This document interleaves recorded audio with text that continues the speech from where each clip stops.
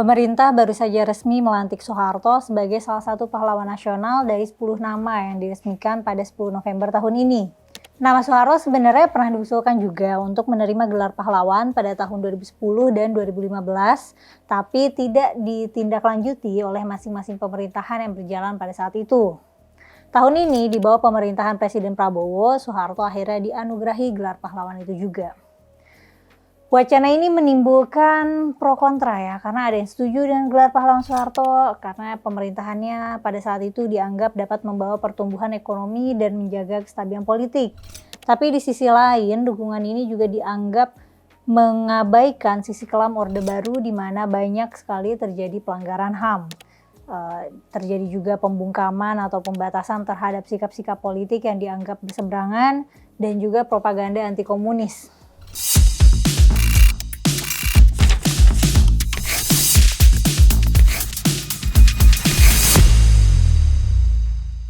Agenda anti komunisme di Indonesia mungkin adalah salah satu agenda negara yang paling berhasil membentuk opini publik selama puluhan tahun. Warisannya masih kerasa sampai sekarang. Orang-orang masih menganggap komunisme itu ideologi haram, sesat, menakutkan, makar, dan lain sebagainya. Buku-buku yang dianggap menjabarkan ideologi komunisme disita dan bahkan dijadikan semacam bukti tindakan kriminal. Awal mula agenda anti komunis ini terjadi setelah gerakan 30 September tahun 1965. Dalam peristiwa ini, petinggi TNI Angkatan Darat diculik dan dibunuh oleh kelompok pemberontak. Pemerintah kemudian segera menuduh bahwa Partai Komunis Indonesia atau PKI itu adalah dalang di balik peristiwa tersebut. Kedekatan politik Soekarno dengan PKI saat itu memberi ruang bagi Soeharto, seorang jenderal Angkatan Darat saat itu, untuk memposisikan diri sebagai penyelamat negara dan perlahan mengambil alih kekuasaan.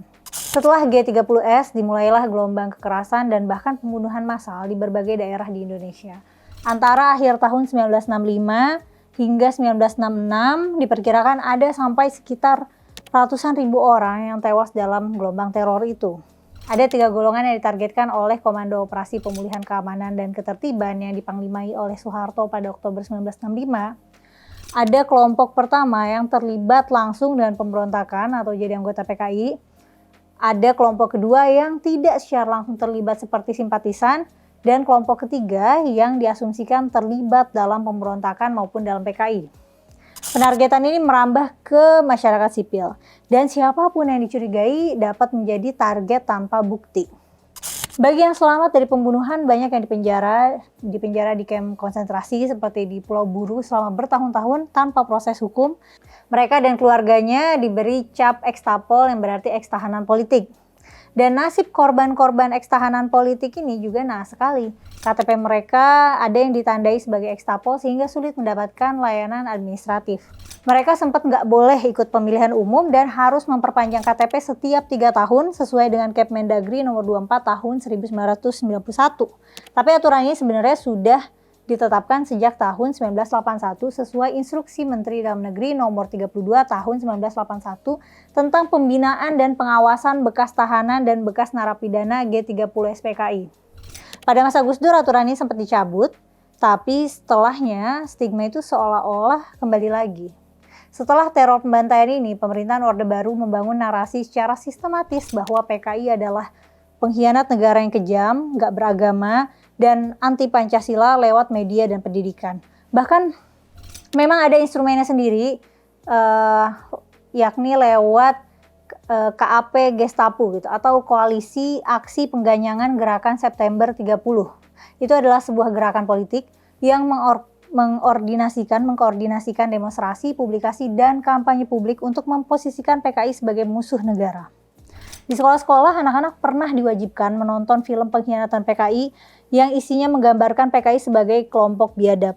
Pernah juga ada pelajaran P4 atau Pedoman Penghayatan dan Pengamalan Pancasila yang mengajarkan pentingnya loyalitas terhadap Pancasila dan secara implisit kepada rezim Orde Baru.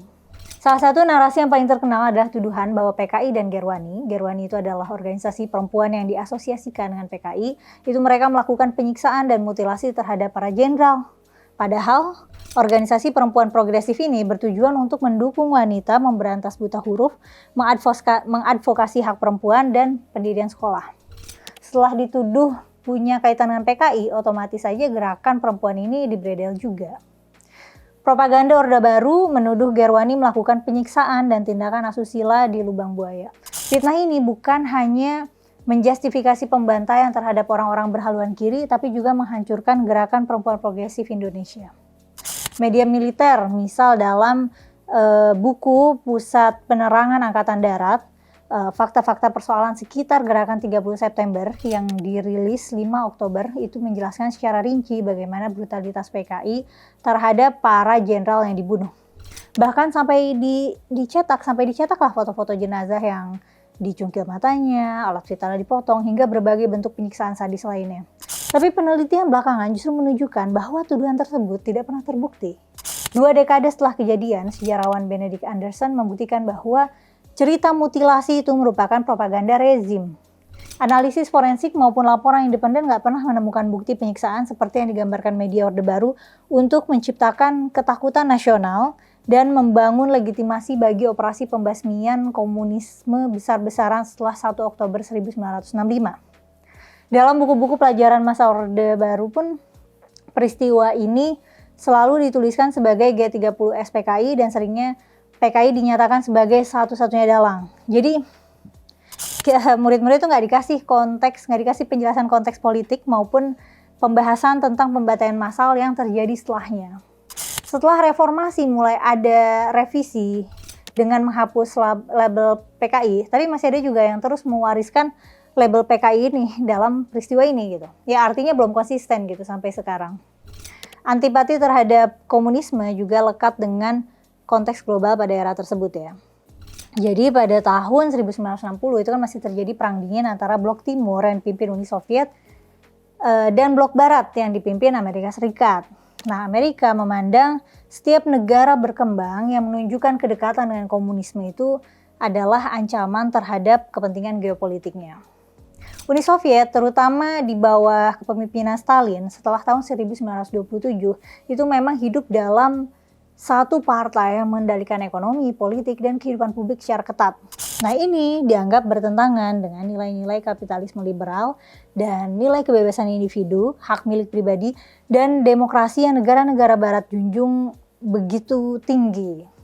Dan nilai-nilai di Uni Soviet itu erat dikaitkan dengan komunisme sehingga ideologi ini menjadi ancaman eksistensi terhadap tatanan kehidupan barat dan harus dicegah menyebar ke negara-negara lain. Karena katanya komunis menindas kebebasan individu demi kesetaraan, sementara kapitalisme dan demokrasi menawarkan kebebasan untuk memilih, untuk berekspresi, dan siapa saja boleh ikut serta mengejar apa yang mereka mau. Propaganda anti komunisme global itu dimulai sejak tahun 1940-an di Inggris. Mereka membentuk lembaga rahasia namanya IRD atau Information Research Department yang tugasnya menyebarkan materi propaganda anti komunis di dalam dan di luar negeri.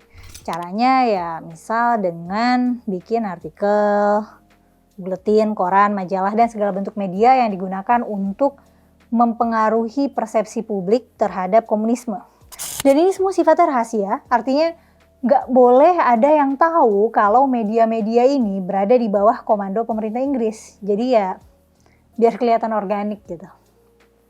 Inggris kemudian bekerja sama dengan Amerika Serikat untuk akhirnya mengambil alih peran utama dalam propaganda ini. Ada proyek-proyek seperti Radio Free Europe, Voice of America, ada juga Red Scare yang menyebarkan informasi anti komunis sekaligus mempromosikan American values. Sampai sekarang pun 2025 ini masih dipakai juga untuk menjatuhkan lawan politik. Misalnya kan Zohran Mamdani itu dituduh komunis oleh Donald Trump ya. Maksudnya propaganda anti komunis itu masih efektif sampai sekarang. Nah Indonesia pada masa Soekarno memilih menjadi bagian dari gerakan non-blok bersama dengan negara-negara dunia ketiga lainnya yang juga baru merdeka.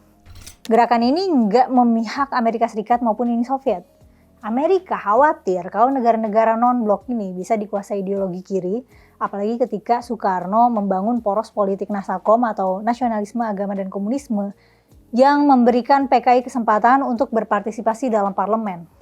Jadi Partai Komunis Indonesia itu memang sempat hidup berdampingan dan tumbuh di tengah masyarakat Indonesia.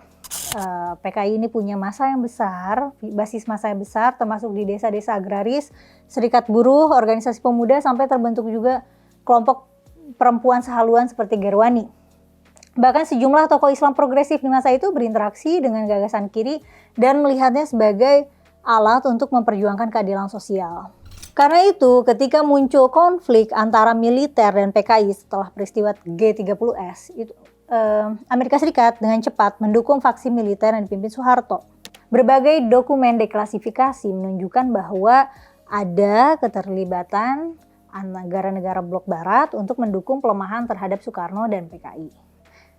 Dalam kunjungan Soeharto ke Washington pada Mei tahun 1970, dia secara terbuka memberitahu Presiden Nixon bahwa dia telah melemahkan PKI dan melakukan penahanan. Nah, dari pertemuan itulah lahirlah perjanjian untuk meningkatkan bantuan militer dari Amerika kepada Indonesia supaya bisa membeli pasokan senjata. Dokumen Kedubes AS di Jakarta pada tahun 1965 sampai 1966 mencatat bahwa elit Angkatan Darat yang dekat dengan Soeharto itu memang mengarahkan dan mengordinasikan operasi pembasmian hingga ke tingkat daerah. Dengan bekerja sama dengan kelompok-kelompok sipil anti-komunis. Nah, dukungan Amerika Serikat itu makin kelihatan ketika Indonesia diarahkan politik ekonomi pro-pasar dan membuka investasi dari Barat secara besar-besaran. Dan ini sangat berlawanan dengan kebijakan politik Soekarno yang menolak intervensi asing.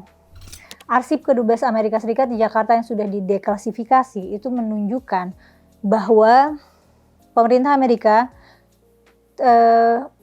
bukan hanya mengetahui detail kampanye pembantaian, tapi juga secara sistematis mencatat siapa saja dari pimpinan PKI yang telah dieksekusi. Arsip berisi 30.000 halaman ini diantaranya berisi agenda melemahkan PKI, menjatuhkan Soekarno, dan mengungkap bagaimana kekerasan dan pembantaian dilakukan terhadap warga yang dituduh komunis. Bahkan gak jarang dibungkus dengan nuansa yang religius. Jadi di propaganda itu ya kalau komunis itu ateis gitu supaya kaum religius ini marah gitu.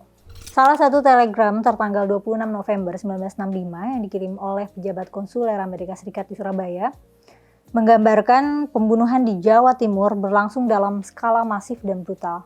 Dia mencatat bahwa para misionaris yang baru kembali dari Kediri mendengar laporan bahwa di salah satu kabupaten saja ada sekitar 15.000 orang yang dituduh komunis itu ya dibunuh. Laporan itu juga mencatat bahwa banyak pembunuhan dilakukan dengan cara membuang mayat ke sungai. Dalam telegram tersebut juga diakui bahwa operasi ini diwarnai motif perang suci. Para eksekutor percaya bahwa membunuh kaum kafir, tapi sebenarnya bukan kaum kafir ya, sebenarnya yang dimaksud adalah orang yang dituduh komunis itu punya tiket menuju surga gitu. Jadi semangatnya tuh kayak perang suci gitu.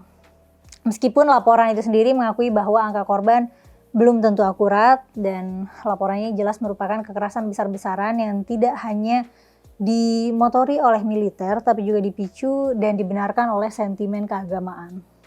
Setelah berakhir era Orde Baru pada tahun 98, diskursus mengenai tragedi pembantaian tahun 65-66 ini muncul kembali ke ruang publik, tapi kerangka hukum Indonesia masih belum menyediakan mekanisme pemulihan yang layak bagi para korban. Hingga kini negara belum mengakui penyintas maupun keturunan mereka sebagai korban pelanggaran HAM berat, baik melalui undang-undang maupun kebijakan eksekutif yang mengikat.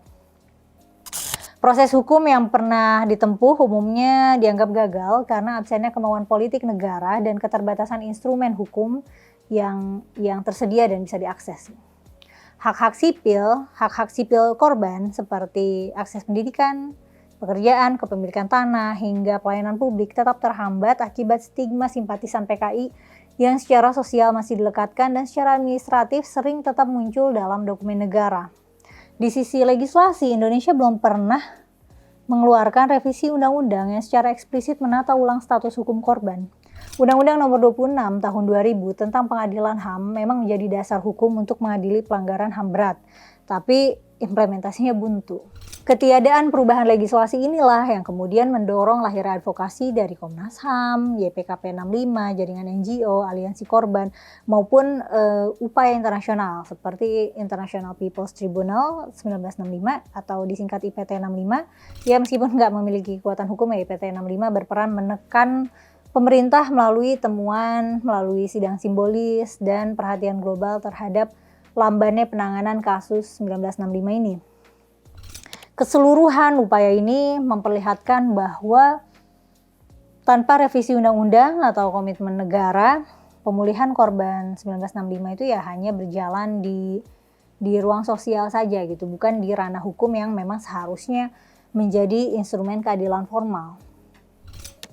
Pada tahun 2022, Presiden Jokowi mengeluarkan Kepres nomor 17 tahun 2022 dan menyampaikan permintaan maaf negara atas sejumlah pelanggaran HAM berat termasuk tragedi 6566.